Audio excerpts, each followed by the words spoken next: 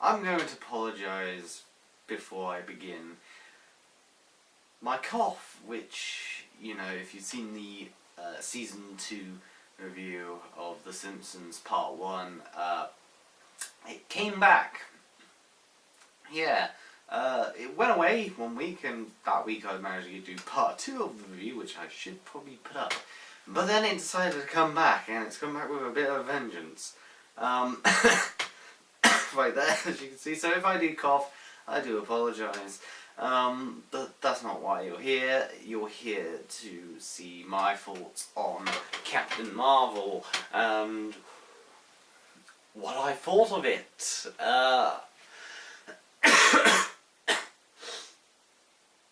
Okay, so I'm just going to say this right now. Captain Marvel is okay. That's basically all that I can really say about it. It's not the worst MCU film I've seen. In my opinion, Iron Man 2, For the Dark World, and Avengers Age of Ultron are far worse films than this one. And Iron Man 3 maybe, but Iron Man 3 is probably worse than this film.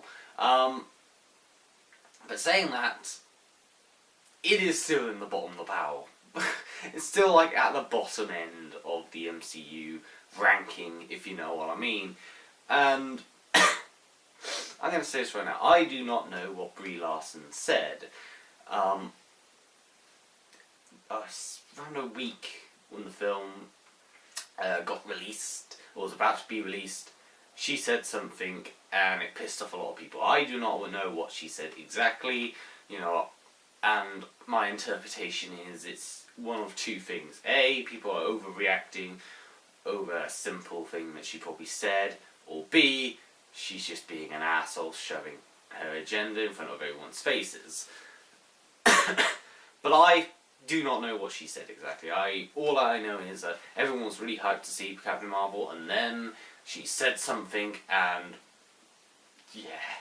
If you've been on any of the Marvel groups or any of like Captain Marvel news that pops up on maybe social media or Facebook or something like that, there was a lot of comments that were negative, to say the very least, of how people did not want to go to see the film.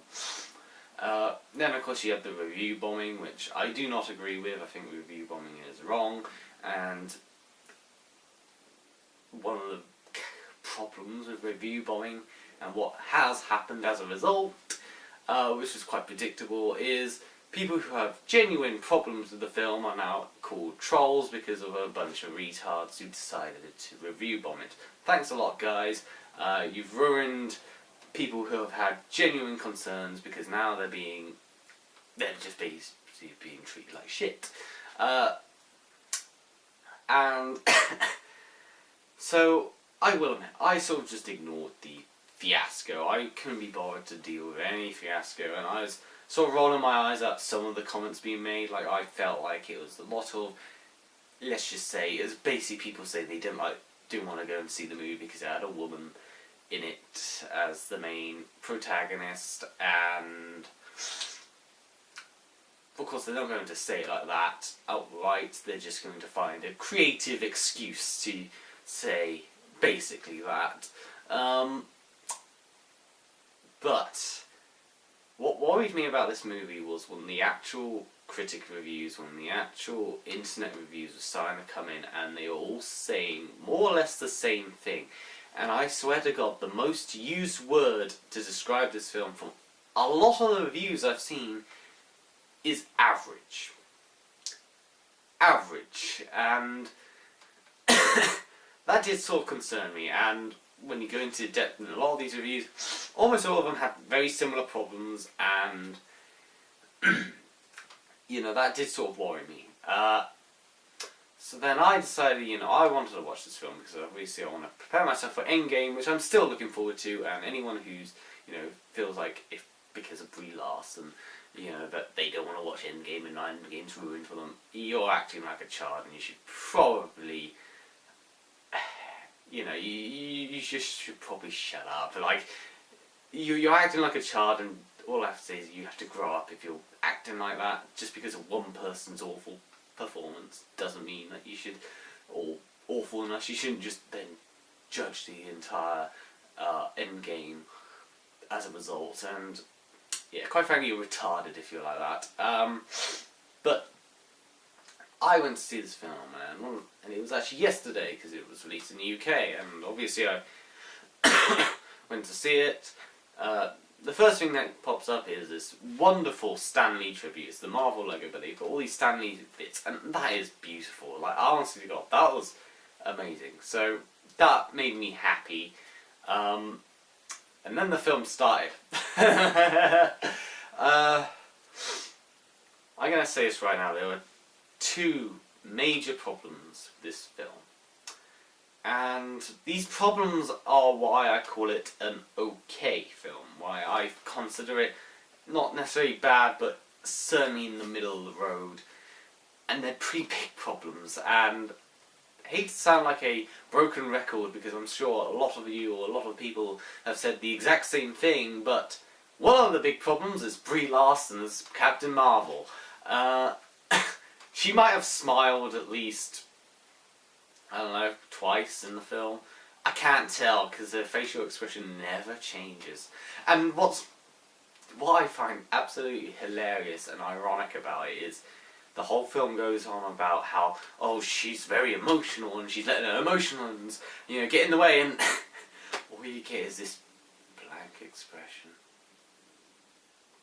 This blank, vague expression, and yet they're going on about how she's emotional, and it's like, what?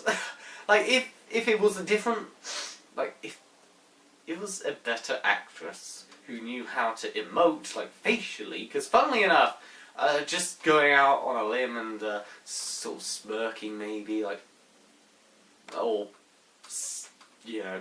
looking down when you're feeling sad, pretending to be emotional. Sometimes, funnily enough, facial expressions are very important to make a character emotive. When you look at Black Widow, for example, who's meant to be quite an emotionless killer, when she's scared, you can tell she's scared. For example, when Loki threatened her in the first Avengers film. And going to Age of Ultron, which is the film which I do not like, you could have her be emotional, and you can tell, not just by her expressions, not just by her emotions, but even by the way she's acting. And Brie Larson does not do that. She is just so stiff. Like, I almost want someone to, when the film gets released, on DVD I should say, I want someone to, honest to God, go through the film and just replace it with a plank of wood. Maybe Plank from Ed and Eddie, because, actually no, Plank's more expressive than she is. And honestly, you would not notice the difference, because she is just pitiful. And when your main character is this pitiful, it's not a good sign. And it's made even worse by the first half of this film. This is the second big issue I have with the film. The first half of the film is a piece of shit. Honestly, I was groaning internally, I should say. I was getting quite fed up with a lot of the dialogue and just rolling my eyes every 5 minutes for this first half of the film. So the film does do things slightly different to regular superhero film. It's not like origin and then this is them becoming a superhero. She's already got superpowers, and we basically go backwards more or less, which is a fine idea in my opinion. But the Kree homeworld, the Kree homeworld is one of the most dull-looking places I've ever seen. It's just so boring, and this has come from the same universe which is Guardians of the Galaxy, which have shown other planets which are just spectacular and beautiful, and the Kree homeworld is just this dull-looking, atmosphereless place. There's nothing to it. You might as well just film inside a dark city somewhere, that's what it felt like. And, you meet her gang of troops, I should say, or at least she's a troop alongside these Kree soldiers who are going against the Skrull, and there's a lot of lame jokes in between. to be expected from a Marvel film, but you know, at least other Marvel films are somewhat funny. This isn't. And right from the get-go, I recognised that one of the people was the same person from Guardians of the Galaxy. And then they mention the Accusers, once again from the Guardians of the Galaxy. So it certainly had a lot of Guardians of the Galaxy stuff, but what's ironic is the Guardians of the Galaxy was a lot more colourful and a lot more, you know, vibrant, and their crew are a lot more characteristic. And, you know, they go on about emotions. Jude Law's character goes on about emotions because he's training Captain Marvel up and to be a perfect Kree soldier, and she's got to remove all her emotions and be proper strict and all that. But of course she's a rebel soldier. And yet all the other ones, which are more professional than she is, are more expressive, more jokey, and more characteristic than she is. Once again, going down to Brie Larson's acting. I do not like, you know, subjecting a certain actress or certain actor, but honestly, Brie Larson is probably the only bad character in this film. And that says a lot considering she's the main character. And did I just say Brie Larson's the worst character? She's the actress. Carol Danvers is the worst character in this film. I'm just going to put that out there. I will go on a bit more in a minute, because I personally think that every other character is fine. In fact, I think every other character is better than she is, infinitely. So of course, after a mission with the Skrulls, she then gets captured by them. She then sees some memories, and of course they're looking for this woman who's got this hypertech stuff, and you know, you can go into hyperspace, that sort of stuff, and the Skrull want that. Of course, she escapes. She then falls down to Earth, and I should probably mention the memory sequence.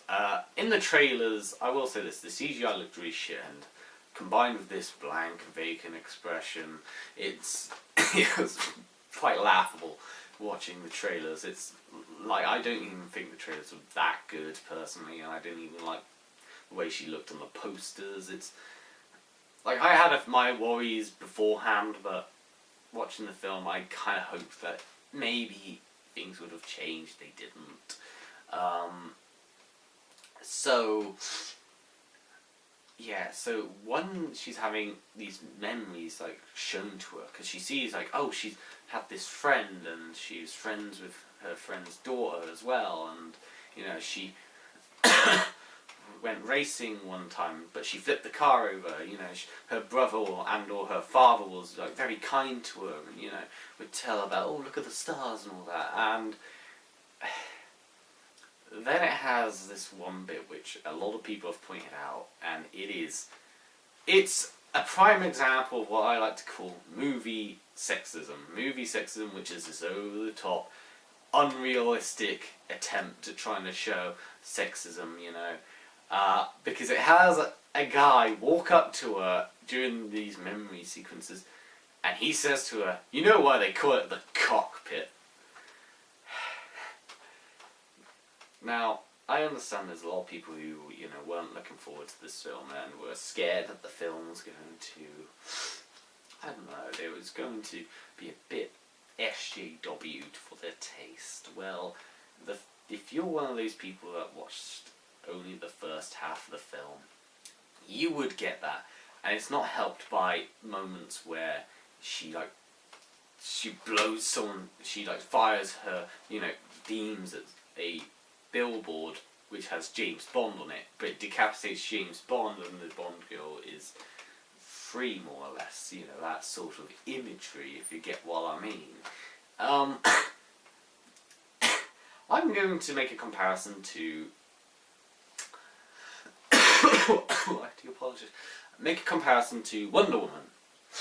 Wonder Woman certainly had like those tones where, you know, sexist tones where, you know, obviously this is a more male society, and you know, this is a female, strong and, you know, doing things on her own. But here's the difference between Captain Marvel and Wonder Woman. Wonder Woman was more implicit. You know, the time it was set in also makes a lot more sense because it's set in World War One, and at that time women were basically confined to the kitchen and not meant to do anything. In fact, it wasn't until after World War One that women were allowed to vote. Women were allowed to be a bit more independent because they were forced, more or less, to work in ammunition factories and do all the jobs the men were doing because they were fighting off the war.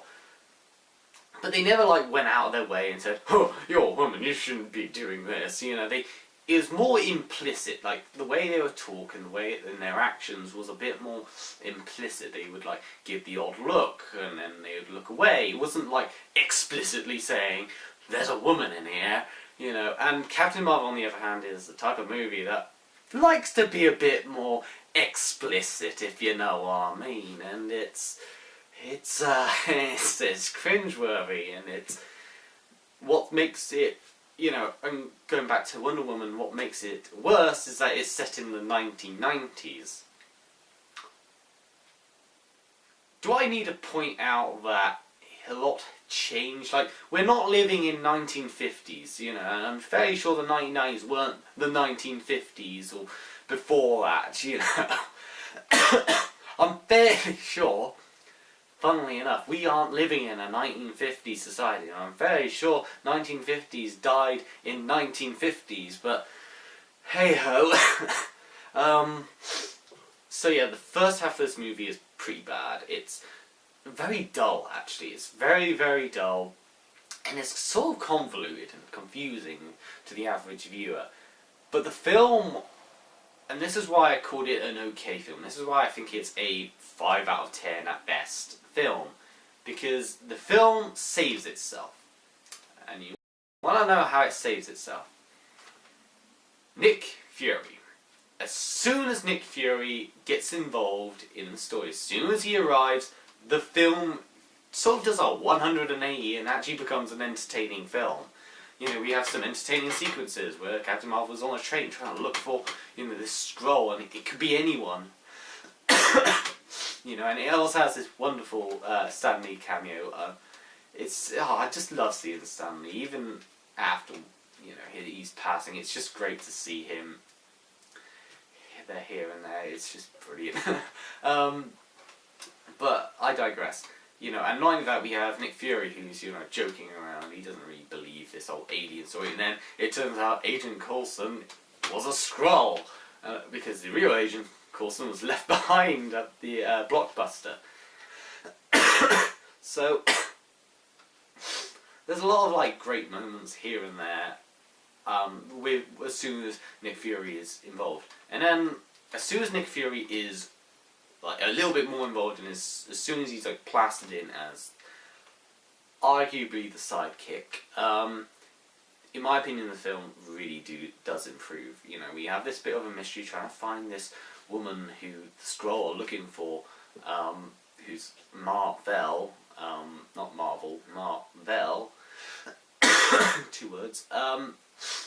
And because they want the hyperspace technology, and of course the Kree do not want the Skrull to have that whatsoever.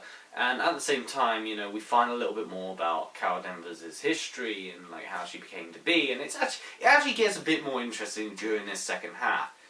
And in some bizarre way, this might sound strange to many people, but you sort of almost forget about Carol or Captain Marvel. Brie Larson, you know, you could almost ignore her and you actually see a much better film. And I know this is going to sound strange, but I sort of did. After the first half really annoyed me and her acting was just not very good, I did sort of ignore, you know, Brie Larson a bit. And you know what? The film made sense to me.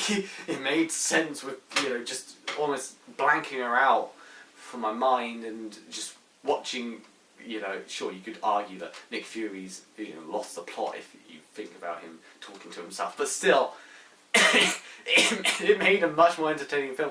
And it actually then got me thinking, what if the film was about Nick Fury? What if it was about Nick Fury when he was younger, and he just so happens to get involved in this alien, war, between the Kree and the Skrull.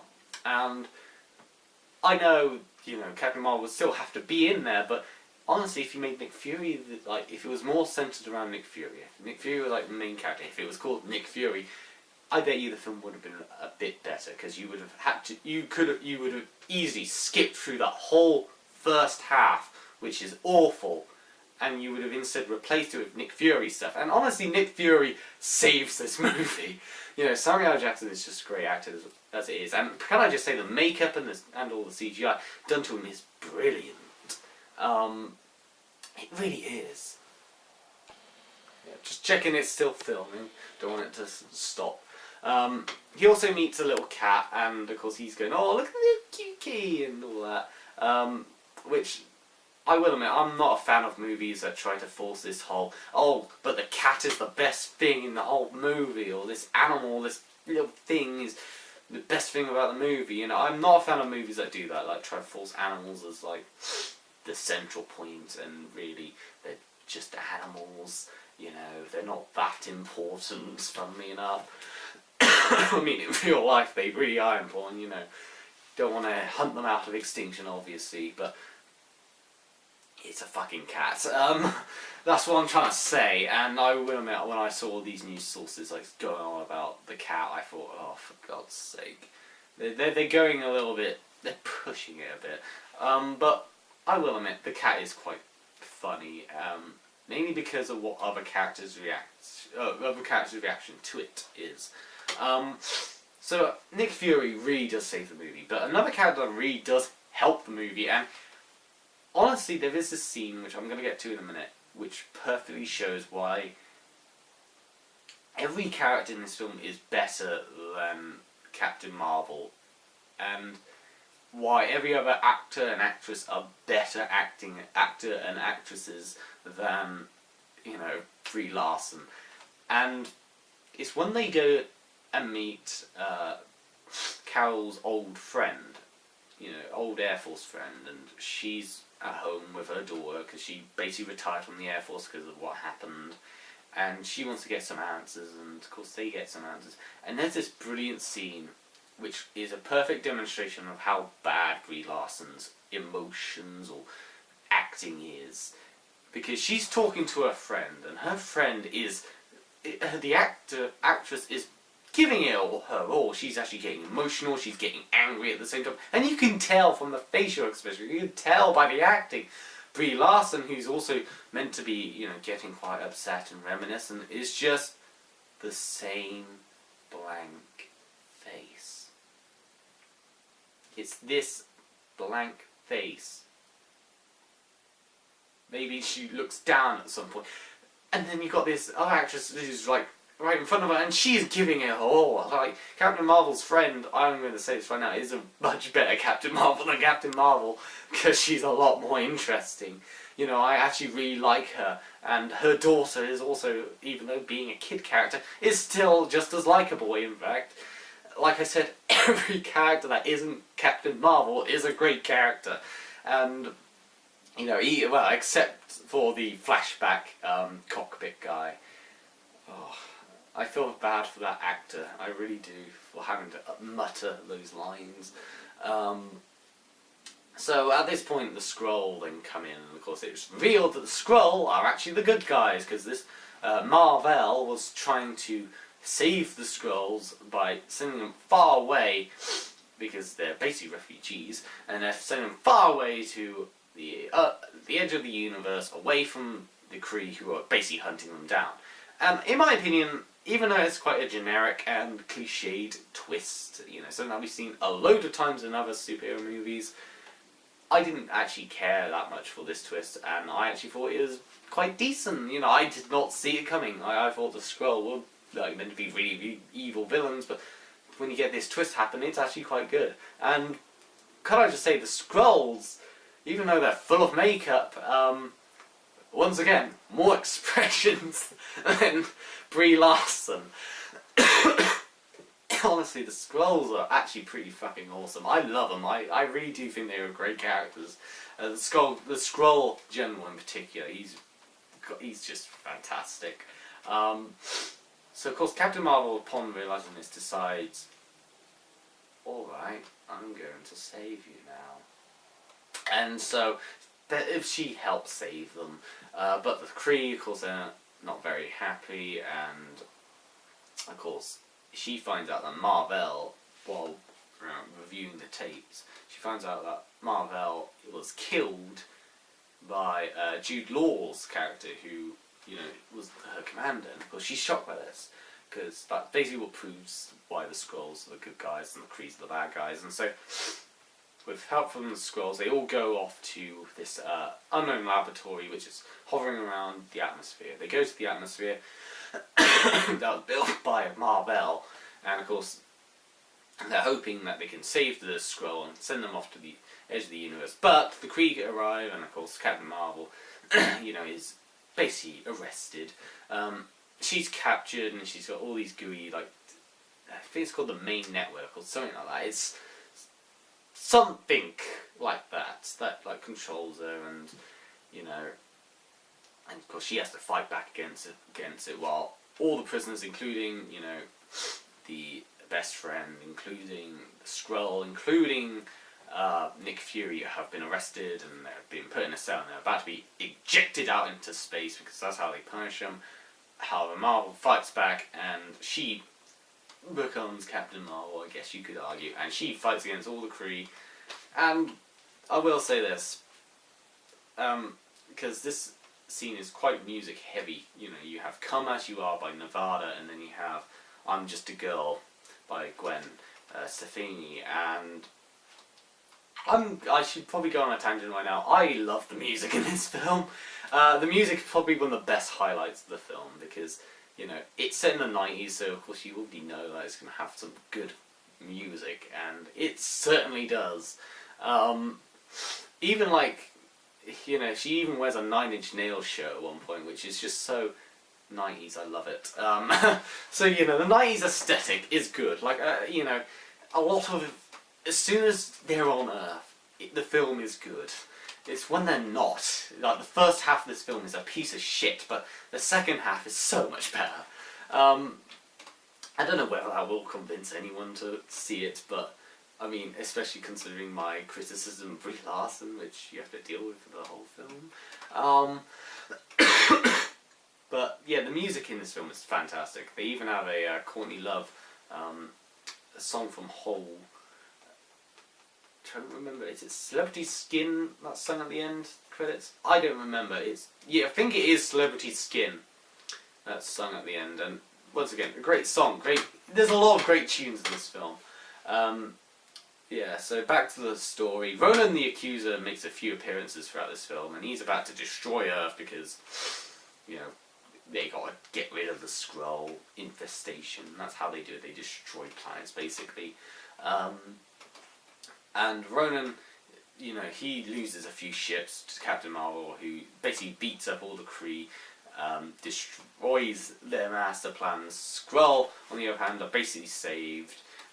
They're put onto the little ship, and Captain Marvel helps them go their way. Meanwhile, you know, Nick Fury, he's thinking of creating this new initiative for superhero beings, because ever since he's witnessed Captain Marvel, you know, which once again brings into my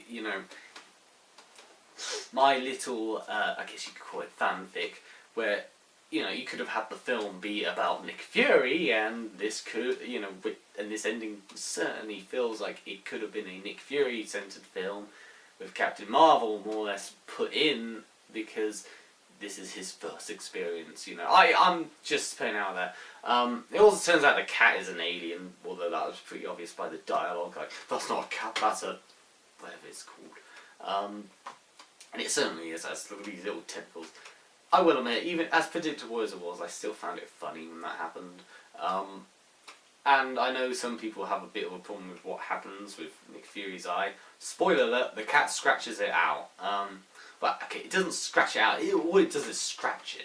So, yeah, the cat scratches out the eye.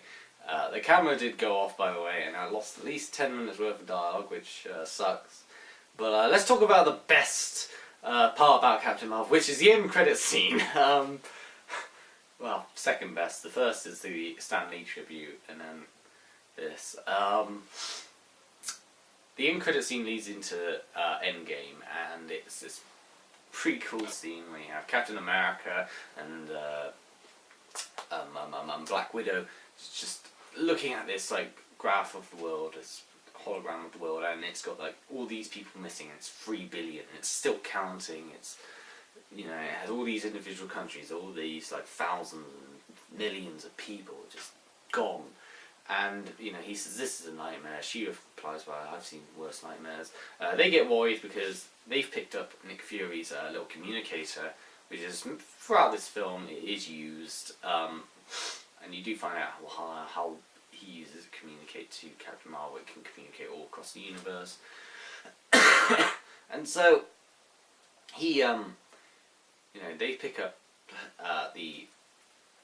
they pick it up and they look at it and they're trying to figure out what the message was, like who is it sent to, and then it goes off and they get scared because they think, oh no, it's gone now, we've lost all contact, and then all of a sudden Captain Marvel appears and says, where's Fury? And it ends like that. That's a great scene. It's an end credit scene, but who cares? It's the best thing about Captain Marvel. Okay, so I can understand why people don't like this film. I can understand people who have genuine problems with this film, not the people who, you know, don't like it because they cry over what Brie Larson said. I'm talking about people who are actually clever enough to just ignore it, just not bother looking or listening to it because, you know, it's just a load of political bullshit. At the end of the day, both sides are just as bad as each other. You know, and I think I can understand why they don't like this one. I can understand why people don't care for it. You know, there's a lot of problems it has. It's, you know, there's a lot. It's not very entertaining as a movie, and the first half really sucks. It's quite a generic story, even though it is done in a reversed order, because you have her already the superhero, and then this is how she becomes the superhero. And, you know, it has a lot of cliches that we've seen a load of times before, and Brie Larson does suck. But, like I said, the second half, as soon as Nick Fury is, you know, more or less sidekick and is the main character of the film, it changes gear and it becomes so much better. It becomes so much more watchable, you know, and things actually do become interesting. You then see other characters that are much more likable. Like I said, Carol Danvers' best friend is one of the better characters in this film, and she's fantastic. You know, she's a fantastic character, and, you know, you feel more for that character than you do at any point for Captain Marvel, which is kind of a shame, because I kind of prefer her to be the Captain Marvel, not, you know. I mean, although saying that, I don't know about her daughter, because her daughter, I don't know whether her daughter's like Miss Marvel, or, you know, a Captain Marvel character by any means, because I don't know, it feels like that she could be, well, she might be a character. I don't know my comics that well. I will admit, I do have comics, but I don't really remember them well. So let's talk about Endgame, because I know some people, you know, some children, I should say, are saying they're refusing to watch Endgame, or Endgame's ruined forever because of Carol Danvers, Captain Marvel, because of Brie Larson's performance. I'm going to say this right now. It's only one character out of a whole range of characters. One. You could ignore her. And I know it's likely she's probably going to be the one fighting Thanos at the end. But, and this is why I'm hoping, she won't be the one killing Thanos, or defeating him, or saving him there. I think it will be other characters. I think she'll be more of a helpful asset than actually being important, than being the actual important one, if you know what I mean. Like I said, it's only one character out of loads, and who knows, maybe it'll be she'll be more interesting than she was in her own standalone film. Maybe Brie Larson improved her acting and it actually knows how to smile or get sad, or she might be able to move her lips a tiny bit. But aside from that, yeah, Captain Marvel as a film, it's understandable why a lot of people are mixed about it. It's understandable why the film as a whole is a mixed film. And one thing that I've forgotten to mention is it has a lot of annoying moments, which one of them, which I forgot to mention, was the fact that the Avengers is called the Avengers because of Cal the Avenger Danvers, and I will admit that really was pushing it, and the film does a lot of that. It really does like to push it a little bit too much, and yeah, it's unfortunate, but at the end of the day, what can you do? You can't really change the past. I mean, we don't have, an Infinity Corner where we can go back in time and, the time stone, I should say. We don't have a time stone where we could just go back in time and choose a different actress. Imagine if you could do that. Yeah, it's a disappointing movie. I didn't know what Brie Larson said. I don't know, so I wasn't really a part of that whole jazz about what she said and all that. That said, I do not think it's that entertaining of a movie. Like I said, the first half really sucks, and it's only saved as soon as Nick Fury enters the scene. It's certainly a 5 out of 10 movie for me personally. It's like the most in the middle ground movie you can get in the MCU. So yeah, I mean, you can go watch it yourselves, or if you're refusing to, then you refuse to. But that's my guide to it. That's my personal thoughts. Not that different to many other people on the internet. Most people are calling it average and don't really have any positive things to say. I'm a little bit more positive towards the characters though, because I still think, aside from Captain Marvel, every other character is perfectly fine. And actually, like I said, her friend and Nick Fury, as well as the Skrull General, are so brilliant in every way. And it kind of sucks that they aren't the main characters.